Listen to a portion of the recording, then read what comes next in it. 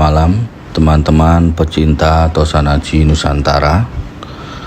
Pada kesempatan kali ini saya akan mencoba mereview salah satu koleksi saya ya, yaitu sebuah keris brojol ya, seperti ini kerisnya.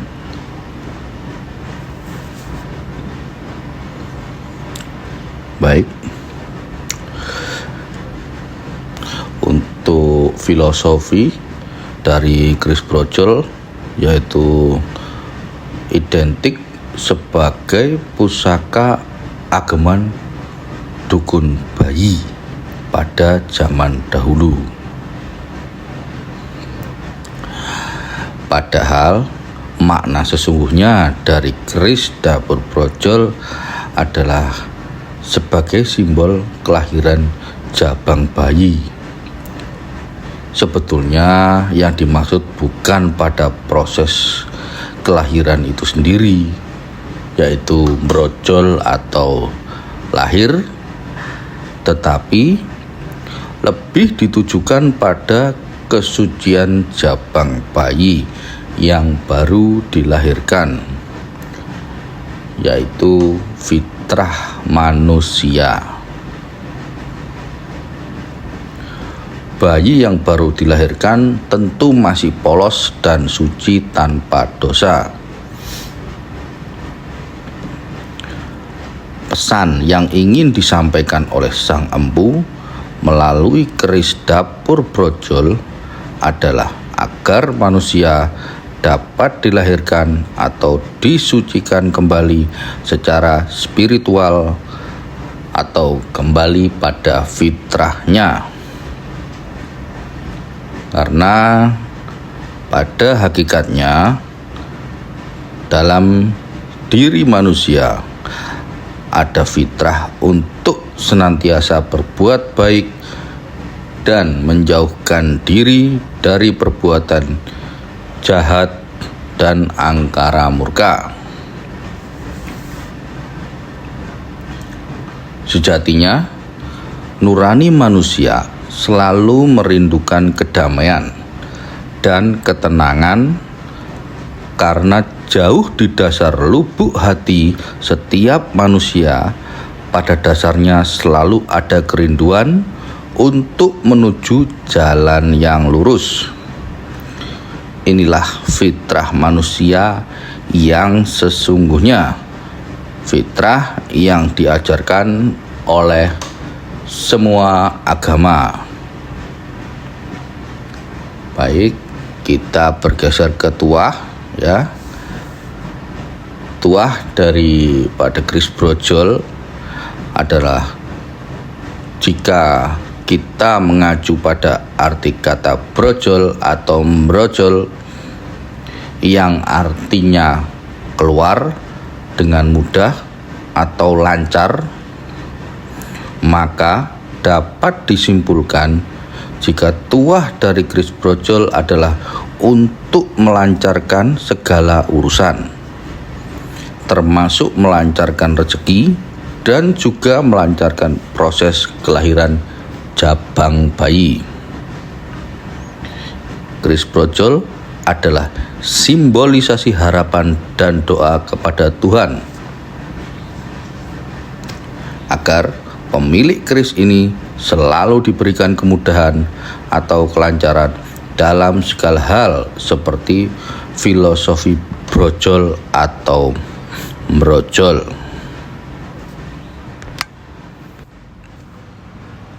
Sedangkan untuk pamor, pusaka ini mempunyai pamor ujung gunung ya.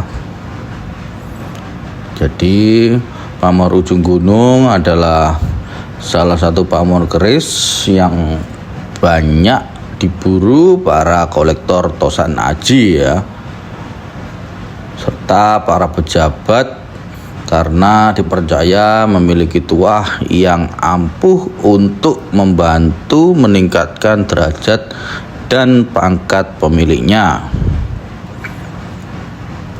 Sekilas bentuk motif pamor ini mirip dengan pamor junjung derajat Rojo Abolo Rojo, dan Pandito Bolo Pandito, yaitu berupa garis-garis yang membentuk segitiga pada bagian ujung atasnya, sehingga seringkali menimbulkan kerancuan dalam penamaan dari keempat pamor tersebut karena bentuknya yang hampir sama.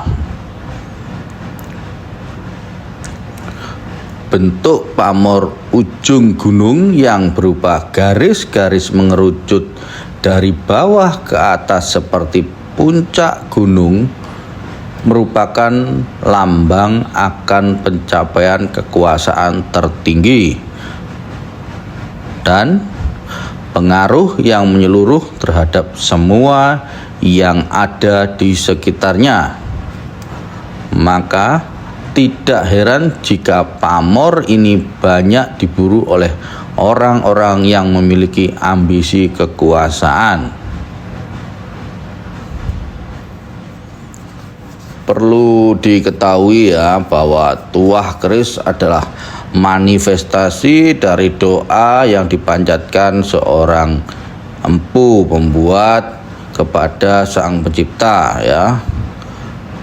Dari doa seorang yang luwih dekat dengan Tuhan, jadi bisa dikatakan jika kekuatan atau kesaktian dari sebilah keris adalah karomah dari empu pembuatnya. Keampuhan dari sebilah keris tergantung dari tingkat spiritual empu pembuatnya. Semakin dekat sang empu dengan Tuhan, maka keris buatannya juga akan semakin ampuh, karena doa-doa seseorang yang dekat dengan Tuhan pasti akan dikabulkan. Itulah sebabnya kenapa keris sepuh yang asli buatan empu selalu memiliki perbawaan tersendiri ya, karena dari mulai pemilihan bahan sampai proses pembuatannya diiringi dengan doa ya, yang zaman dulu sering disimbolkan dengan berbagai macam sarana seperti sesaji dan ritual tertentu yang masing-masing memiliki makna dan muatan spiritual yang dalam.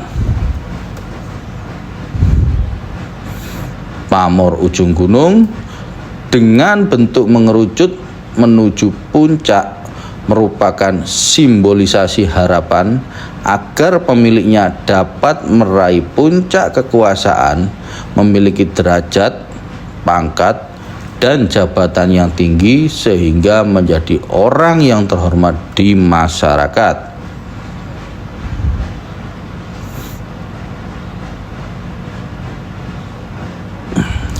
Bentuk dan nama pamor selalu memiliki makna filosofi yang sangat dalam. Oleh karena itu, anggapan tentang tuah atau angsar keris dengan pamornya perlu diterjemahkan secara arif sebagai sebuah perlambang harapan dan doa yang disematkan oleh sang empu agar pemilik keris dapat meraih apa yang dicita-citakan. Tentu saja, untuk mencapai sebuah harapan atau cita-cita tidak hanya dengan berpangku tangan saja.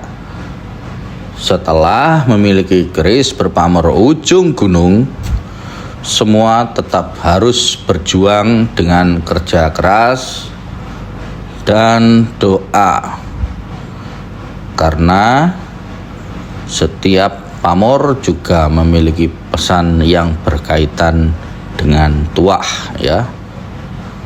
Untuk mencapai puncak kekuasaan atau puncak kesuksesan, tentunya seseorang harus memiliki wahyu dan pertolongan dari Tuhan. pamor ujung gunung merupakan pesan untuk pemiliknya agar senantiasa mendekatkan diri kepada Tuhan, yang disimbolkan dengan ujung gunung atau puncak gunung ya, yang merupakan tempat paling dekat dengan langit. Langit selalu dianggap sebagai tempat keberadaan Tuhan. Dengan senantiasa mendekatkan diri kepada Tuhan, maka pertolongannya juga akan semakin dekat.